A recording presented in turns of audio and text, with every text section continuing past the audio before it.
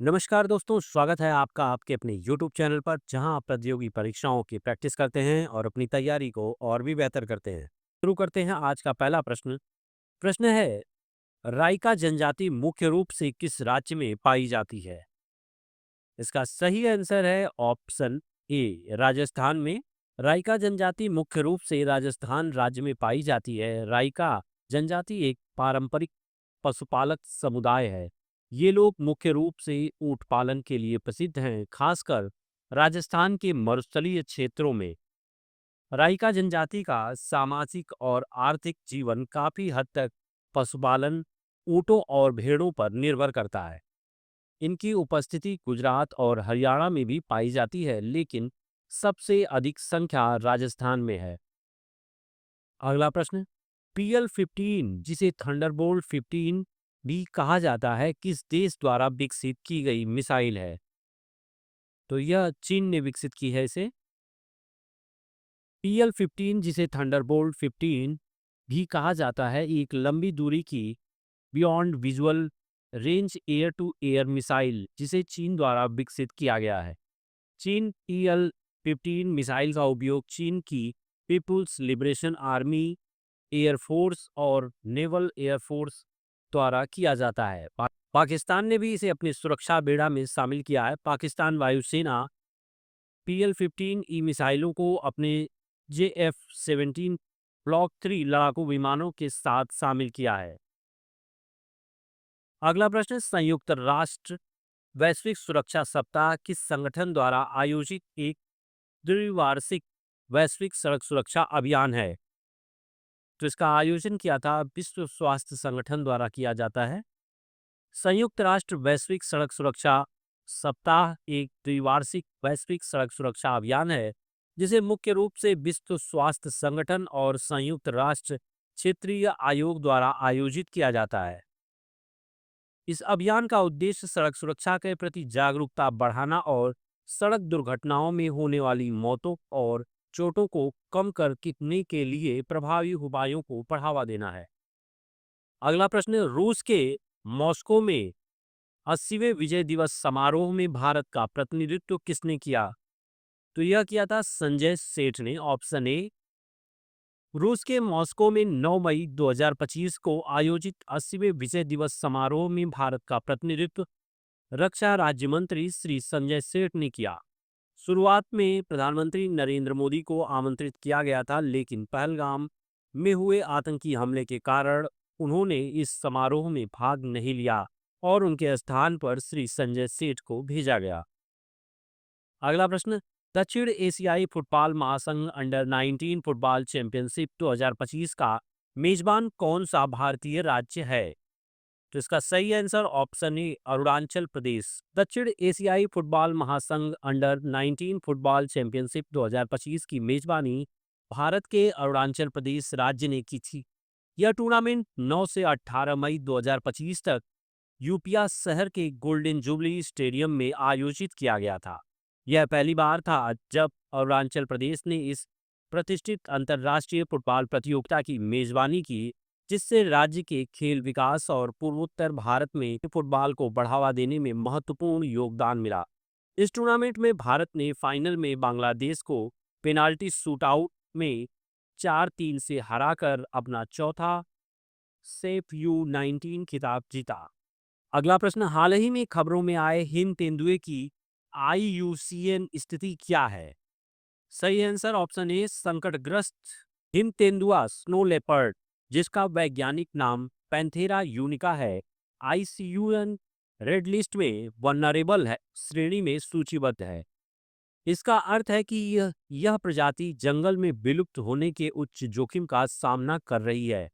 भारत में हिम तेंदुआ शेड्यूल 1 के तहत वाइल्ड लाइफ प्रोटेक्शन एक्ट 1972 में सूचीबद्ध है, जो इसे देश में सर्वोच्च कानूनी संरक्षण प्रदान करता है। इसके अलावा यह सिटीज अपेंडिक्स 1 में शामिल है, जो अंतर्राष्ट्रीय व्यापार पर प्रतिबंध लगाता है। अगला प्रश्न, गोल्डन ड्रैगन सैन्य अभ्यास चीन और किस देश के बीच द्विपक्षीय अभ्यास है? तो इसका सही आंसर है option A, Cambodia. Golden dragon एक द्विपक्षीय सैन्य अभ्यास है जो चीन और कंबोडिया के बीच आयोजित होता है। यह अभ्यास 2016 में शुरू हुआ था और तब से दोनों देशों के बीच सैन्य सहयोग को बढ़ावा देने का एक प्रमुख माध्यम बन गया है। इस अभ्यास का उद्देश्य आतंकवाद विरोधी अभियानों, मानवीय राहत कार्यों और आपदा प्रबंधन में दोनों देशों की सेनाओं की क्षमता को बढ़ाना है। इसमें भूमि, समुद्र और वायु संचालन शामिल होते हैं और इसमें दोनों देशों के सैनिक के साथ-साथ उन्नत तकनीक जैसे ड्रोन, रोबोटिक उपकरण और अन्य आधुनिक सैन्य उपकरणों का उपयोग किया जाता है। अगला प्रश्न, हाल ही में नए रूप में देखा गया मदकू द्वीप किस राज्य में स्थित है? तो यह है छत्तीसगढ़ में, ऑप्शन डी। मदकू द्वीप छत्तीसगढ़ राज्य के मुंगेली जिले में स्थित है। यह द्वीप शिवनाथ नदी के मध्य में स्थित है और इसका आकार मेढक के समान होने के कारण इसे मदकू कहा जाता है। यह स्थान ऐतिहासिक और धार्मिक दृष्टि से महत्वपूर्ण है, जहां प्राचीन शिव मंदिर, शिलालेख, मूर्तियां और अन्य पुरातात्विक अवशेष पाए गए हैं। यहाँ पर्यटक प्राकृतिक सौंदर्य और ऐतिहासिक धरोहर का आनंद लेने आते हैं। अगला प्रश्न, समावेशी भारत शिखर सम्मेलन 2025 का आयोजन कहाँ किया गया? यह किया गया नई दिल्ली में, ऑप्शन ए। समावेशी भारत शिखर सम्मेलन 2025 का आयोजन 15 मई 2025 को नई दिल्ली के इंडिया इंटरनेशनल सेंटर में किया गया था। यह सम्मेलन ग्लोबल एक्सेसिबिलिटी अवेयरनेस डे के अवसर पर आयोजित किया गया था। सम्मेलन का उद्देश्य विकलांग व्यक्तियों के लिए डिजिटल पहुंच और समावेशी विकास को बढ़ावा देना था। इसका आयोजन केंद्रीय सामाजिक न्याय और अधिकारिता मंत्रालय के तहत दिव्यजन सशक्तिकरण विभाग द्वारा किया गया था। सम्मेलन में भारतीय स्टेट बैंक फाउंडेशन और national association for the blind सहित कई संगठनों ने सहयोग किया। इसमें एक एआई सक्षम चैटबॉट भी लॉन्च किया गया जो विकलांग व्यक्ति को सरकारी योजनाओं की जानकारी प्रदान करता है। अगला प्रश्न, मल्टी एजेंसी सेंटर किस संगठन के अंतर्गत संचालित होता है? तो सही answer option A, intelligence bureau.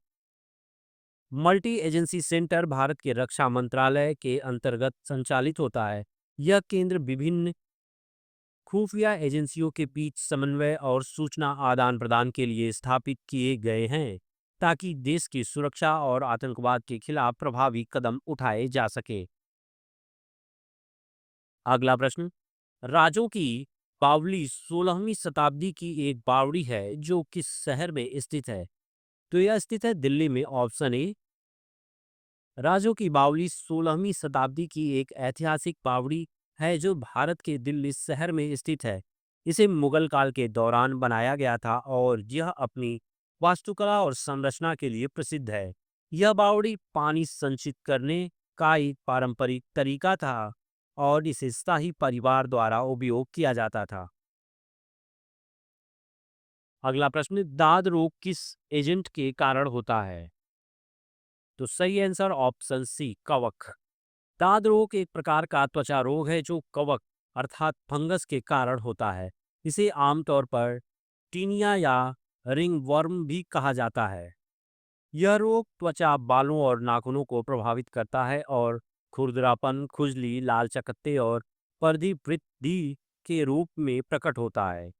दाद रोग के मुख्य कारण होते हैं कुछ प्रकार के फंगस, कवक जैसे जैसे टाइकोफाइटन, माइक्रोस्पोरम, एपिडर्मोफाइटन।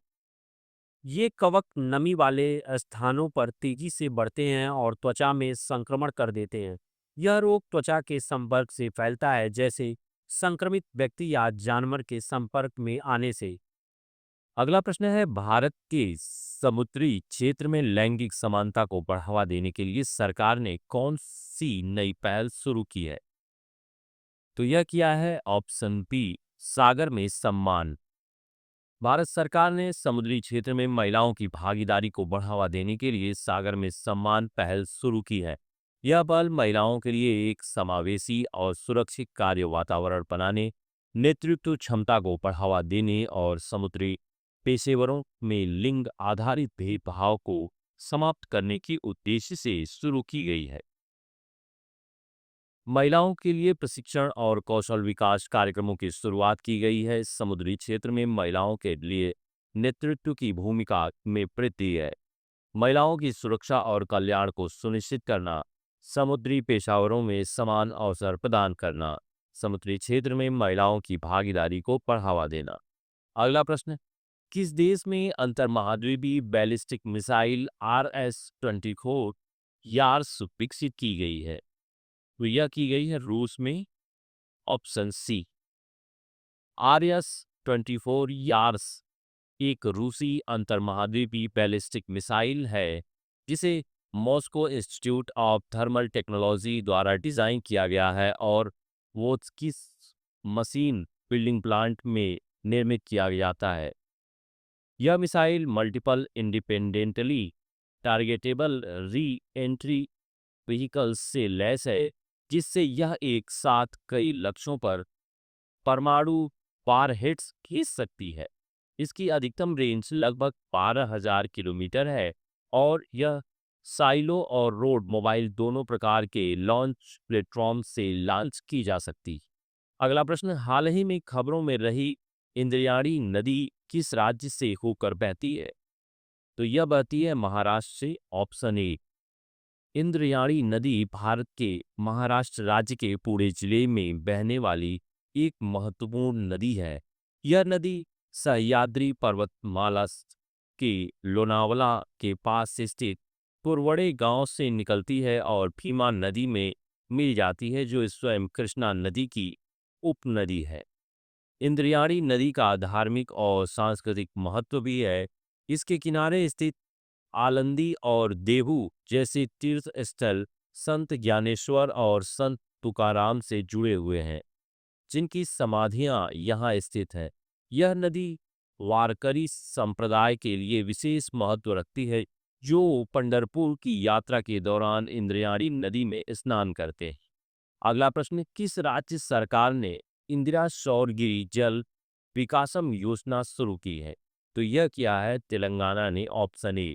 तेलंगाना राज्य सरकार ने इंदिरा सौरगिरी जल विकासम योजना की शुरुआत की। इस योजना का उद्देश्य आदिवासी किसानों के जीवन स्तर को सुधारना और उनकी कृषि पद्धति को सौर ऊर्जा से सुसज्जित करना है। इस पहल के तहत आदिवासी क्षेत्रों में सौर ऊर्जा आधारित जल आपूर्ति प्रणालियों स्थापित की जाएंगी, जिससे जल संकट को कम किया जा सके और कृषि उत्पादन में वृद्धि हो।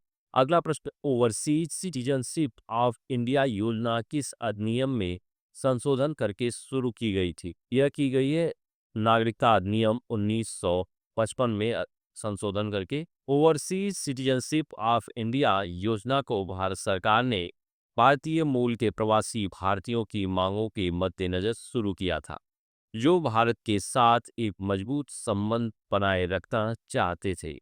इस योजना को लागू करने के लिए भारत सरकार ने नागरिकता अधिनियम 1955 में संशोधन किया है।